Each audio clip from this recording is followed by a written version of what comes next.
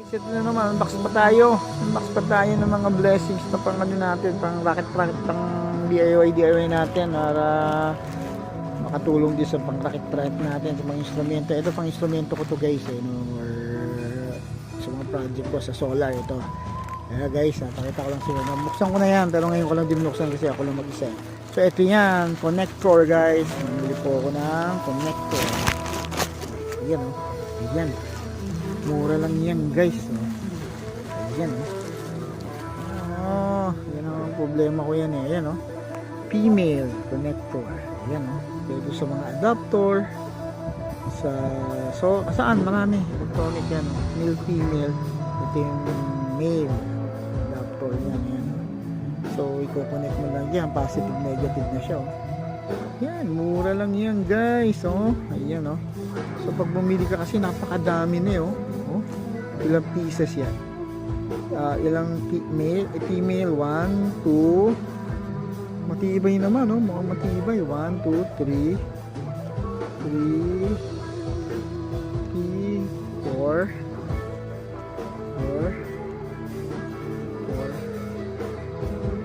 5. Ayan, 5 na female na connector. Ayan, 5 yan. Ayan guys. Tapos meron ding male.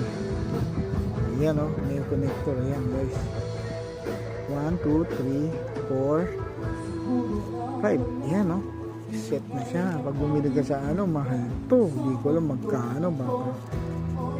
Baka 10 or whatever, 10 pataas to bawat isa. Mura lang to sa ano, sa online no. So, bumili na ako. Pwedeng pang adapter o connector, basta ano, yung pinaka-connector niya.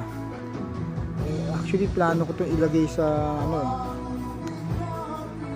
sa ito yung female, saka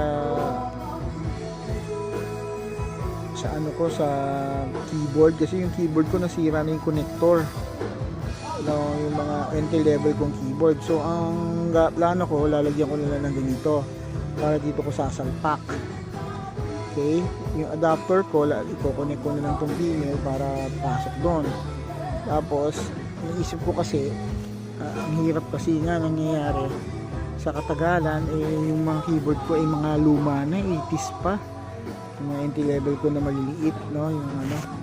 Kaya nahihirapan po kung yung nakaraan ay event po ako noon matagal na bago mag Christmas biglang